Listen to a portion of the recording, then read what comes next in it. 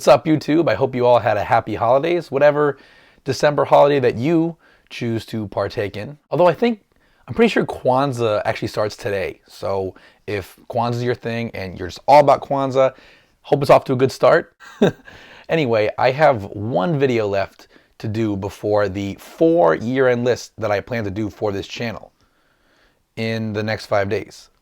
So let's get cracking on this one. As many of my viewers know, at the end of every quarter, I like to just quickly run through the songs that really defined the last 3 months of my life. It's a fun chance to shout out the stuff that I'd otherwise never talk about on this channel, and at the same time, it's fun to just revisit the stuff that I did talk about that I loved. And for the purposes of this video, quarter 4, that ended on December 15th. I know there's still shit coming out, like I'm pretty sure Travis Scott and Quavo just dropped a project that people are talking about a lot. There's a bunch of last minute singles. I don't know why, but I guess record labels and musicians see fit to drop shit now when everyone's pretty much off the grid, either with their families or just, God forbid, taking a rest. But you know what? Tough shit.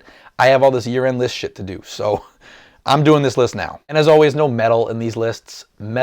Everything else is how I like to usually do things, just because in my mind, the metal world is so separate from like the music industry, so it just makes things easier. So yeah, 15 songs, alphabetical by artist. Honorable mentions will be included in the Spotify playlist that's in the description box, and let's get to it. First off, God, one of the most wonderful surprises of all of 2017 was that not only did we finally get an album from Kanye West protege CyHi The Prynce, No Dope on Sundays was the title in case you missed it, but somehow, to me, it actually lived up to 7 years of albumless hype. The closing track from the record, I'm Fine with Travis Scott, it might seem like kind of an odd choice because it's a bit of a departure from the rest of the record in that it's not super lyrical or dealing with intense street themes, but it's just been this ultimate feel-good song for me. Travis crushes the hook on here. It's got such a blissful, just feeling yourself kind of sound to it. And you know, to be honest, in the last month or so, this has been the song that I put on when I just need a little morale boost. A lot of us are completely fine. And sometimes we convince ourselves otherwise. And sometimes you just need Travis Scott to tell you in an auto-tune voice that you're actually fine.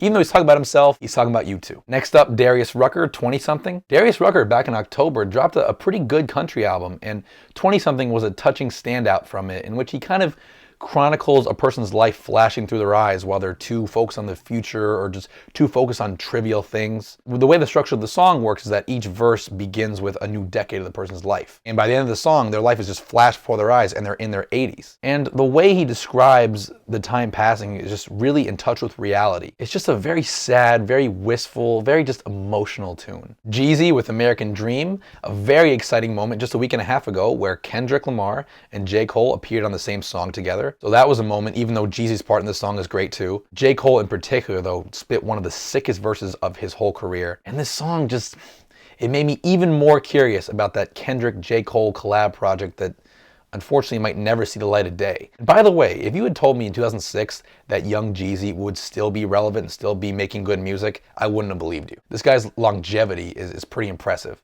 Next is a very cool genre blend from rising EDM artist Marshmello. The song in question is You and Me. And Marshmello takes his signature trap-ish sound and just merges it with pop punk. Specifically, pop punk vocals like sounding right out of the mid-2000s and some guitars too.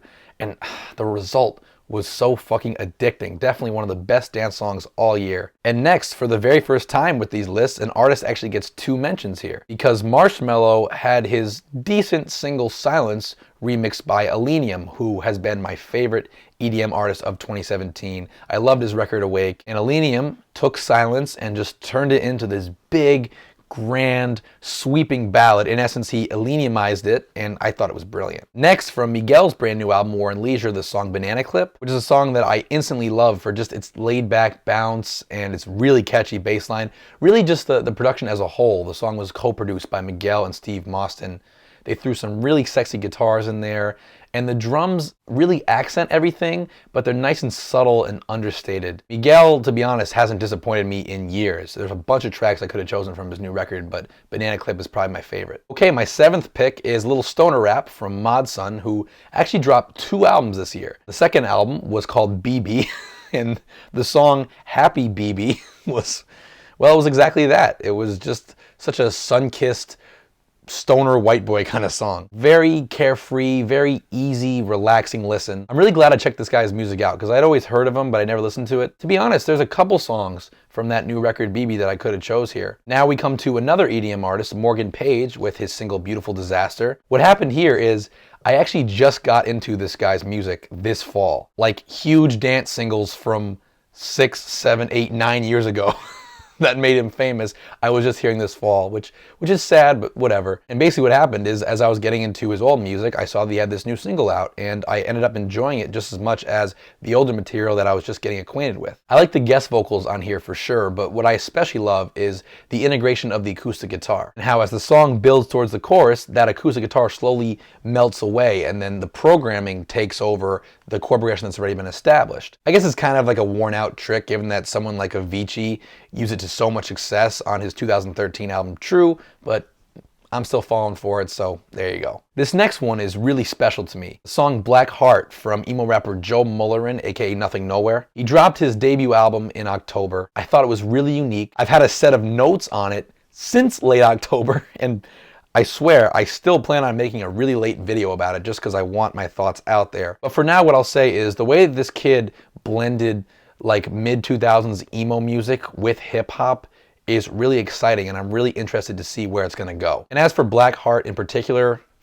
I mean, I could have chosen like 5 of the 9 songs on this project, but Black Heart probably had the best chorus. We also got Talib Kweli with She's My Hero, a real profoundly moving narrative about Brescia Meadows, who is a now 15-year-old girl from Ohio who last year fatally shot her violently abusive father and was charged with manslaughter. And her story has sparked not only an awareness about domestic violence as a whole, but an awareness to her specific legal situation. And I thought Talib did this story unbelievable justice with very detailed but sensitive storytelling and just a novelist's eye for the different perspectives on this same situation. And if you want to hear me talk a little more about this song, I did review Talib's new record in full on this channel, so check that out if you want. Switching gears back to EDM, we've got Tiesto with Carry You Home. You know, if I had to pick one most listened to song of the quarter, it's this one. And for really no special reason other than it's a very well executed party track that got me through not only pre-games, but a lot of workouts and a lot of just bleary-eyed mornings where I need a little boost. Now we've got my favorite hip-hop banger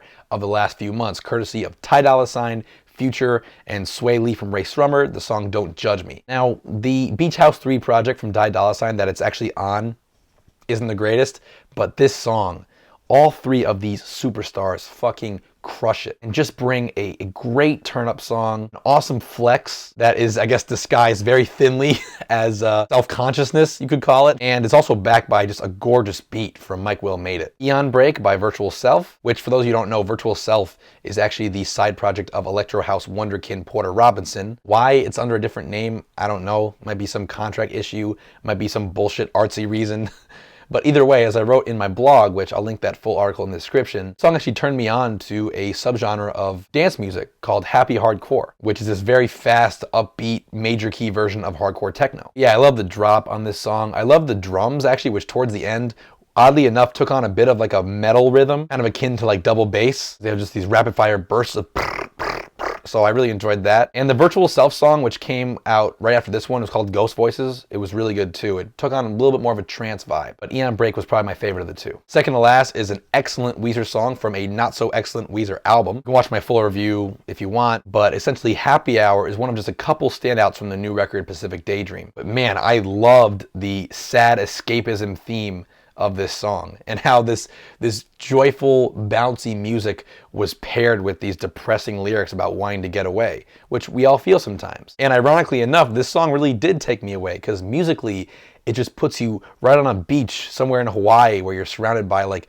hot chicks playing volleyball, and there's an open bar, and you've got your surfboard, and life's good, you know? And last but not least, Yelawolf with the song Ride or Die, a tear-jerking song from his incredible new record, Trial by Fire, which I also reviewed very positively, I might add. And we'll save the bulk of the Yelawolf talk for my lists. But Ride or Die, despite being also just a really nice touching ode to a couple longtime friends. It's one of many instances on this new record where Yelawolf just takes elements of pop or blues or country or whatever and just plops it right into rap music. And it works. Well, I'll save it for later, but just trust me on this one. So there you go. All the jams that were getting the most spins from me, October to now. Hope I turned you on to some great shit. And of course, please check out that Spotify playlist down there because there's a few more recommendations in there. And as always, thanks so much for watching. Be sure to subscribe, leave a comment, or shoot me a message so we can continue to talk music. And I'll see you guys soon.